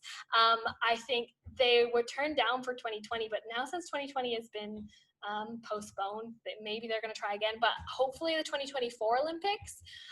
So it would be incredible to see that, because there's the things that have happened in mixed duet in the past 5 years have been amazing, and there's a lot of amazing men around the world that are doing that are so good at the sport. And, you know, Italy is a big world leader, Russia is a big world leader, Japan, so yeah, who knows? The future of our sport is very exciting. I think, unlike a lot of sports, there has been so much undiscovered territory that was still possible within our sport, as opposed to lots of sports that have done lots of things. Like, you know, the 1 minute mile can only get so short, right? And so many people have already taken leaps and bounds of that, but there's so much space for synchronized swimming to expand. So I'm so excited to watch it over the next 50 years. Incredible. And I was just wondering, because I don't know much about this, why was it, do you think, that the mixed duet was turned down at Olympics? Because it is also very athletic. Yeah, so there's a lot of like technical reasons behind it. So number one, they want to have a good pool of athletes. So there's probably a strong 10 synchronized swimming mixed duets in the world, but opposed to like in teams there's 50, right? So they want to have like a good pool of athletes to choose from. And then number two, what I think people also don't realize at the Olympics is they do their best to equalize male and female representation.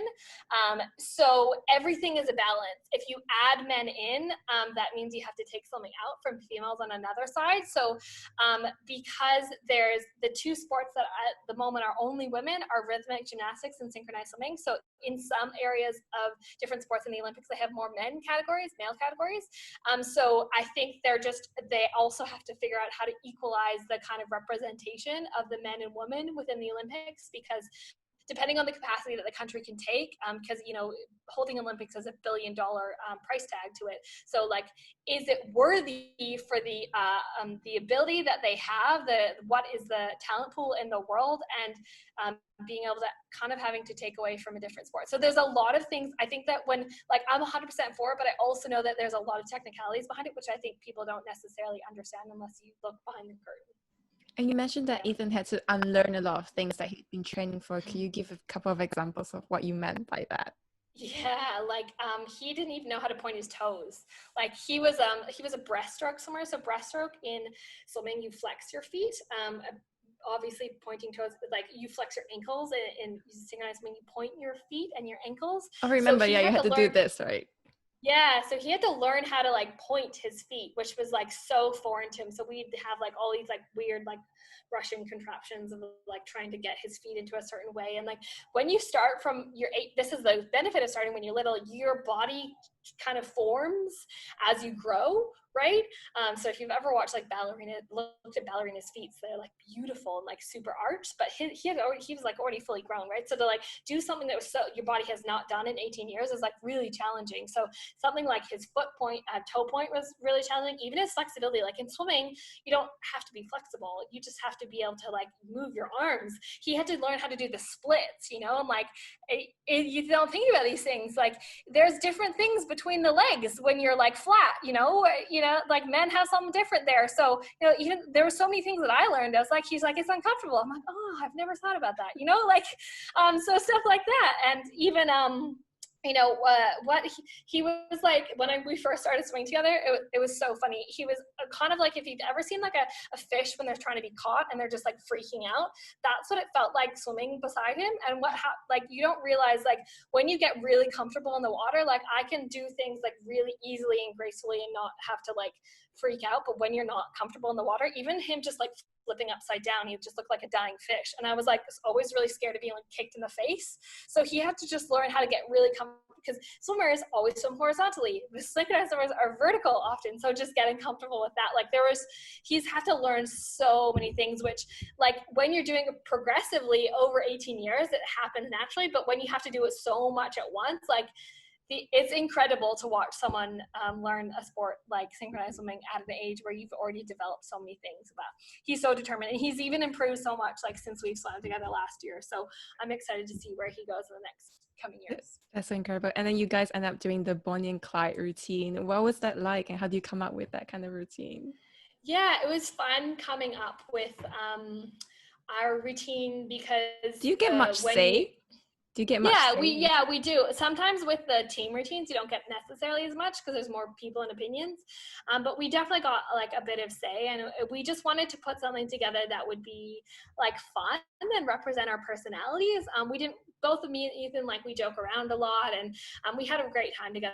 Like, despite the challenges, we had like a really great relationship, and we were definitely more like showmans. Like, we both like, as opposed to like, you can choose different themes. Like, usually there's like an angry, intense theme or like a happier theme. So we wanted to be more on like the joyful side, because that's more of who we were. And so it was just a fun process of like, choosing. Our coach came to us with the music, and we're like, what a cool idea. Like, it hasn't really been done before, because, you know, it's different when you do it with a man. So it was really fun to put together, and like allowed us to like show our personalities more. Incredible. And after that, you knew that that was your last world championship and you were ready to retire a second time? Like, what was the thought process behind it? Why? Yeah, so I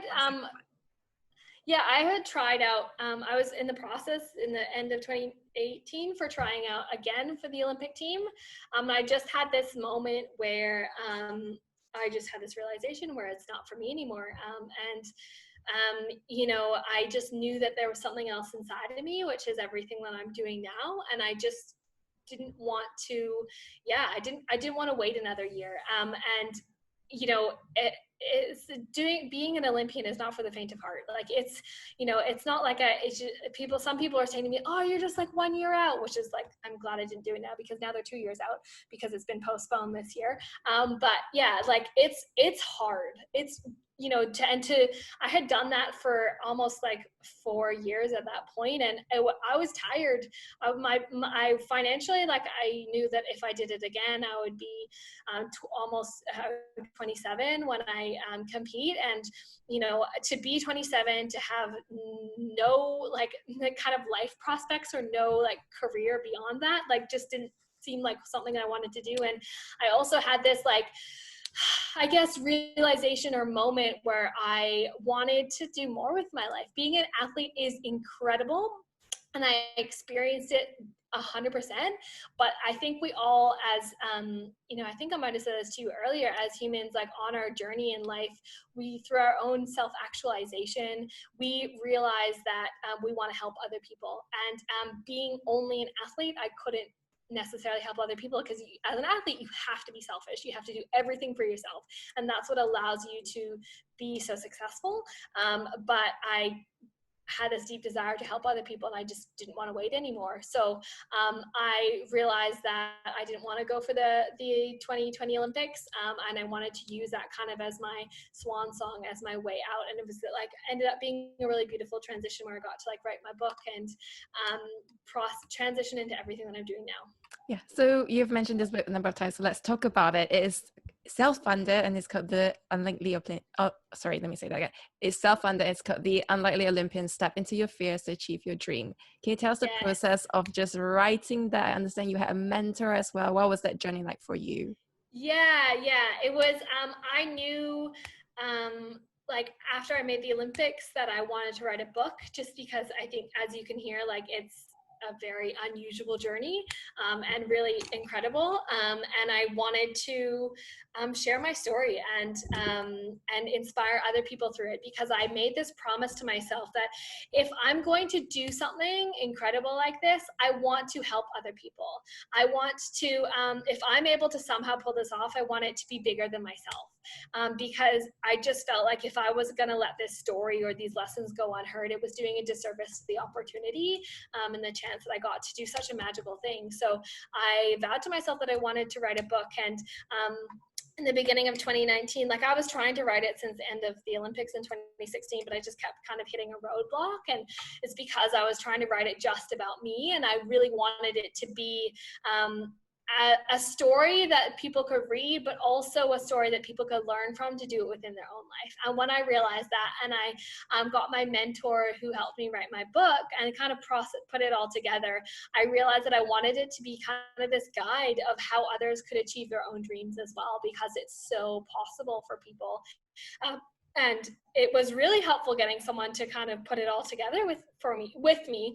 She kind of gave me the idea of how to put a book together, and I did it all myself. And I wrote it within, like, once the ideas came, like, I was trying to write a book for 3 years, and all of a sudden I wrote it in 3 months. So it was really like aligned at that point. It just all flowed out for me, and I came up with this. At this time I'd also started my own kind of spiritual evolution, for lack of a better term. Like I started meditating a lot more, and it just allowed me to have clarity. And I was doing my own self-development around healing so many more of my limiting beliefs and all of those things, and made me realize how much I had done kind of unconsciously up until that point, which is amazing. But if I wanted to share with other people, I had to be a bit more conscious of what I was doing. So that led me to kind of using a lot of meditation to help me write the book. And that came through sitting in silence with myself lots, and asking what had needed to come through. And it came to me that like my whole book is structured off of this clarity acronym, which is it goes through this process that I share with people that you can move through to access, what it is your dream in your own life. And, clarity comes from C, getting clear on your limiting self-beliefs. What are the thoughts that are holding you back? Most people, it's, I'm not enough, I'm not worthy, I'm not capable, I'm not smart, I'm not beautiful. And then L is like, you need to do what you love. Like if you want to go after your dream, you can't do something that you don't love, because that's not the point. And then in doing what you love, like combining your gifts and passions together in a way that, I haven't seen a lot of other people talk about, which is, stuff that I share in my programs now. And then A in clarity is adversity, knowing that like there will always be challenges. I think sometimes when people go after their dreams or these big goals, that we forget that challenges are part of the process. Like we like make this aim and we're like, cool, we're here, we're going to get there, and it's going to be all good. But like, no, life's going to hit you with challenges, and it's going to be the greatest blessing, because you're going to grow, right? Like we all have those moments. And so realizing how we can work through those faster. And then R is like required action. Like we can't just sit there and do what we love and expect things to come for us. Like you have to leap into what it is your thing. So make sure that leap is L, leading into fear, E, expecting to work and creating a plan, A, accepting the sacrifices, and P, having persistence. So leap is like within the R. And then I is like the improvement formula, which I shared with you before, which is like working smarter rather than harder. And then T is having thankfulness. And then Y is realizing, that you are doing it by the process of going after it. Your dream is not an end goal. Your dream is the journey. And that's really what I want to get across to people, more and more people. And And I think, what I love about all this stuff as well is like, we live in a culture where so many people, despite like social media and like people doing lots of things, a lot of people are unfulfilled in life. And why are you unfulfilled? And that like lack of fulfillment can come from not looking at your shadow, not looking at your limiting beliefs, and not doing what you love, but also not finding this sense of gratitude and presence in every single day, because we're so busy. I think COVID has definitely slowed everyone down a lot, but once you start to slow your life down and realize how beautiful every moment is, you realize that you can be in so much more joy and bliss and grace every single day. And it doesn't just have to be at the end of the week, the end of the month, the end of the year, when you have a holiday or you have the thing or the paycheck or the whatever it is. So that's kind of like the process of what I go through in my book. And then from that, I've created a program as well called the Clarity Code. So I have the book, but if you want to do more deeply and find more joy within yourself and then go on that process yourself, I have a program which I'm running at the moment and run throughout the year, of just helping people find clarity in their own life, because so many people out there don't know what they want to do. And I say, you don't know what you want to do because you don't know who you are, and you don't know who you are because you haven't taken the time to look. So I honestly love it, and I bless my whole journey as an Olympian, but I really love where I am right now in life. That's amazing. And what was the journey like? Because you have launched this book, you've done all these coaching programs, putting it all together. Like, what do you feel that this is something that you were made for? Like, how do you feel right now? Yeah, definitely. Like, I think that you realize, as I talk about throughout your life, you look back and you can kind of see the breadcrumbs of eventually where that lead you to where you're going to be. And I think everything, part of me is like, did I go on the whole Olympic journey just so I can teach everyone about what I've learned? Maybe, I don't know. But, I love what I'm doing now. And, I have this joint goal of, I love speaking, as you probably can hear. And I have a really good way of always like making people walk away feeling inspired. And along with my goals of doing more coaching and sharing this with people, is to share this message and this journey and these lessons with the world on a large stage.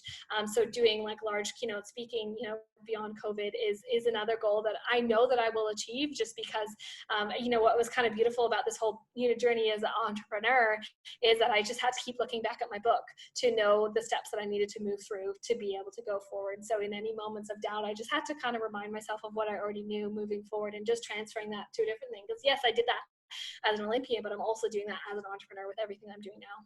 And tell us your what life is like in Bali, because you've been there for almost a year. So what is it like?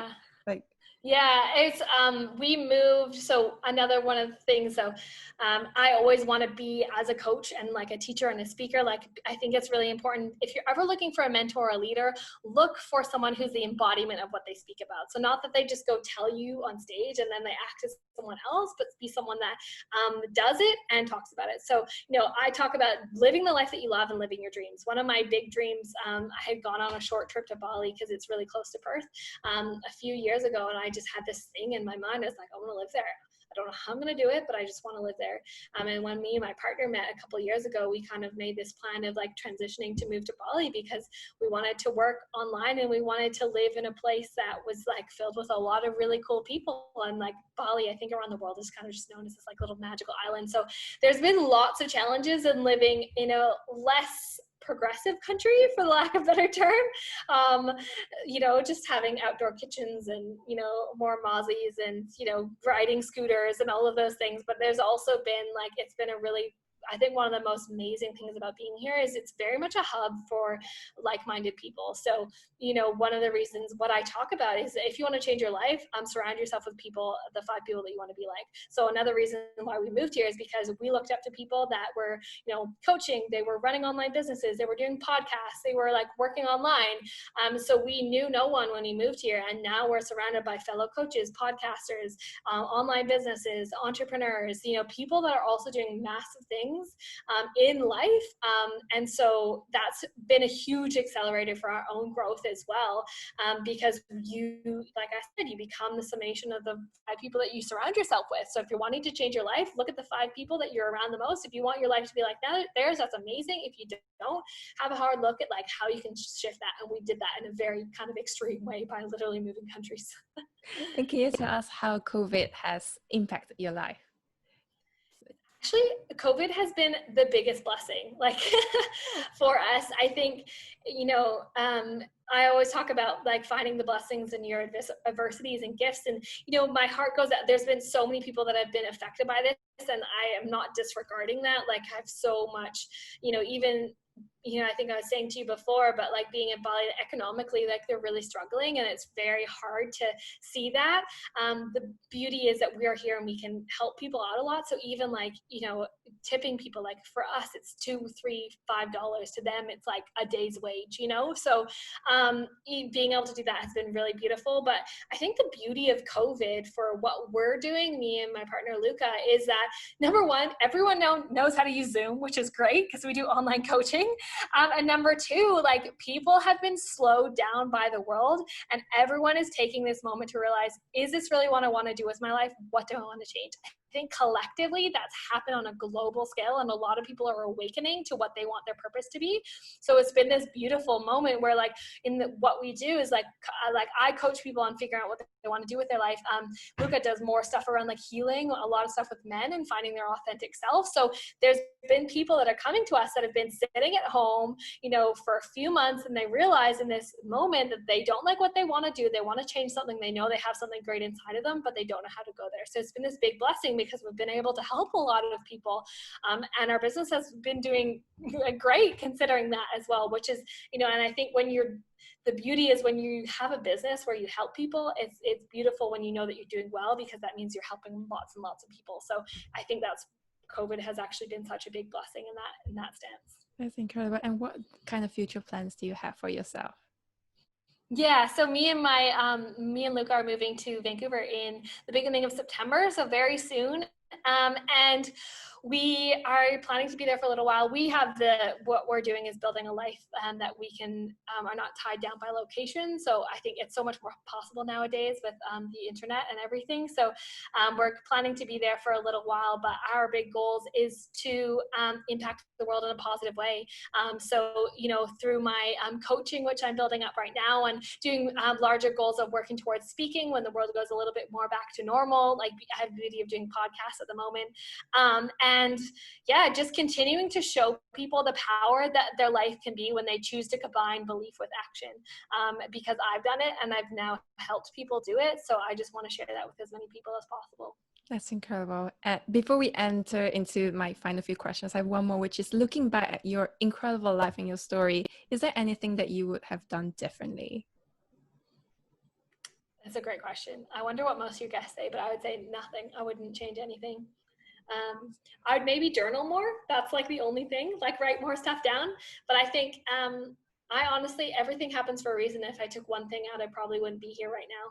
So, despite every challenge, despite all of the things, I'd maybe write down more of what I experienced, because I think it's beautiful to look back on, but I wouldn't change anything, honestly, because without everything that I've gone through, I wouldn't be who I am today and all the knowledge that I do have. Could you give us a couple of quick tips on journaling, like, because clearly that's something really important to you? What's the best way for people to try and incorporate that? Just literally, I think that there's different things that work for every person. There's a lot of different self-development stuff out there that says like, this is the only way. I think the best thing that you can do in your life is develop the muscle of self-awareness to feel what's good for you. Journaling is a great way to do that. If journaling works for you, that's amazing. What I, suggest for people is start to try and do it every single day. Just start by writing your feelings. How are you feeling? It can feel really weird at first because it's like, we think like Dear Diary of like when we were, 10 years old, but it's powerful because there's a process that happens when you're writing that you get to access and feel feelings that you haven't felt before. So stuff like even asking yourself, what am I feeling today? How did yesterday go? Even like the questions I asked before, what did I do well today? What do I want to improve on? What do I want to do tomorrow? Like doing stuff like that. Even another one, like to develop your muscle of self-awareness. What is the story that my brain is telling myself today? Because sometimes we wake up and we're like, oh God, I woke up on the wrong side of the bed and now it's going to be a challenging day and everything's going to go wrong. And how can I change that to be in alignment with who I want to show up as in this world? What's important to me? These are the skills that we're not taught in school, but are really important for us to know, because knowing the answers to these questions as our life shifts really helps us access deeper levels of fulfillment. So, you know, there's so many different journals that you can get out there, but like I just use a regular blank notebook, you know, with lines on it. And I just write about how I feel. I write down my affirmations, who I want to become. I write down what I want to bring forward, like my to-do list, my manifestations. Like, you know, a life reflected on is a life well lived. I just came up with that quote, but yeah, I love it. I think love it's it. a really powerful tool.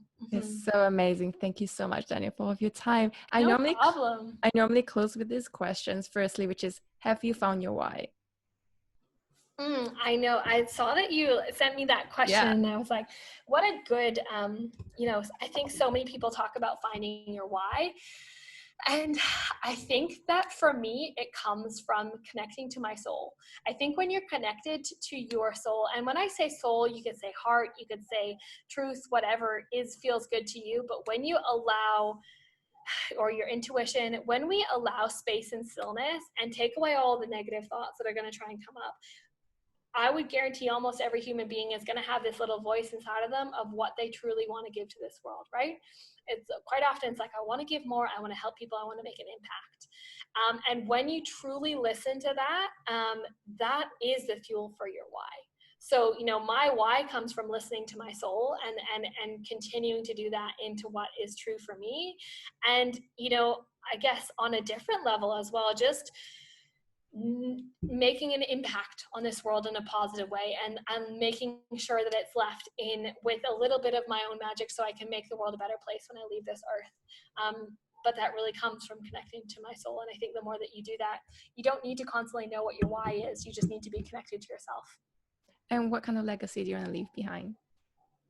That's a really beautiful question. I want to leave a legacy where understanding your limiting beliefs and understanding the power of like vibration, energy, and manifestation, and understanding the power of like self-development, self-awareness, personal development is so much more widely known that it is taught about at younger levels. Like, just imagine if, you know, we were taught this as teenagers, there would be so much more fulfillment. I think a lot of the world's quote unquote problems come from people being lack of fulfilled, being stuck in their stories, thinking that they're not enough or not worthy of a great, beautiful life, which everyone is. So making an impact, like I would love to make an impact on the overall education system in that sense, and just showing everyone the power of what limiting beliefs are, and showing the power that everyone has the capability in their life to access their highest authentic potential when you have the right tools and combine self-belief, alignment, and action. And you can literally, you know, live the most beautiful, magical life and access the highest version of who you believe that you are. And most importantly, enjoy every step of the process, because that's the whole point of it all. Incredible. And what do you think are the most important qualities a person needs to succeed like you have? I think self-awareness is extremely important. I think, you know, a level of being able to reflect, and having an attitude of gratitude, honestly. I talk about that. I say that in my book as like a strategy to overcome adversity, but understanding, you know, getting yourself out of the victim mindset and understanding that everything's happening to you. Some people calling it, you know, failing fast. You know, like we seem to be as this world, like people are terrified of failing, when really it's like, you know, the guy that created the Dyson vacuum created like 3,700 like failed blueprints before he created the Dyson vacuum that now like the whole world knows. You know, like failing is part of the process. And when you have an attitude of gratitude for the process and understanding, and have a muscle of self-awareness to understand what you did well, what you can do better, and what you can improve tomorrow, and have the perseverance to continue towards that no matter the time, you know, anyone can be successful. And I think as well, in that self-awareness, knowing what success means to you. Success means different things to every person. You know, success doesn't, in my definition, it doesn't mean money. Success means fulfillment. Success means like making a positive impact on this world. Success means having stillness in my day. Success means having the finances to give back. You know, understanding what success means to you, because some people are living the most successful life they ever could. They're living in a suburb, you know, with 3 kids at home, raising beautiful children, and that is success to them. So I think understanding what you define as success, having a level of self-awareness, having an attitude for gratitude, and you know, being able to come back to, presence within all of it, presence and gratitude. So hopefully that answered your question. Absolutely. And you clearly have so much to share. So can you tell people where can they go to find out more about you and connect with you and learn more about everything you're offering? Yeah, definitely. You can go to my website, daniellekettlewell.com. I've just updated it. I have ability for one-on-one coaching. I have some spaces available at the moment. I also have my Clarity Code program if you're wanting to walk through that. And you can follow me on Instagram at Danielle Kettlewell _ for just some motivation and knowing what's going on in my life, and you know what I do and how I help people and how you can help yourself. So if you want to connect with me on any platform, that'd be amazing. And you can find my book on my website and on Amazon. Amazing. And is there anything else that you feel people should know that we haven't talked about yet?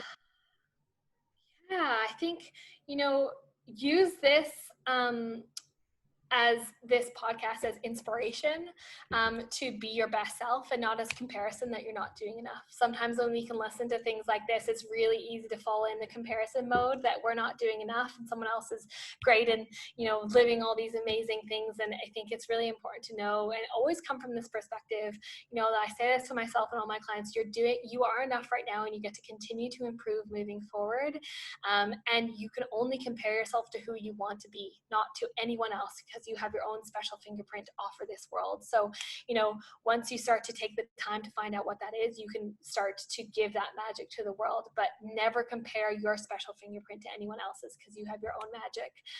And know that it needs to be shared. And by standing truly in your light, you can give permission to other people to stand in theirs as well. But you need to go on your own process to find that too. So everyone has something magical to offer to this world, and never compare yourself to anyone else. Amazing. Thank you so much, Danielle, for this conversation. Yeah, no problem. It's been great. And thank you to everyone for listening. And hopefully you can connect on different platforms soon. Amazing.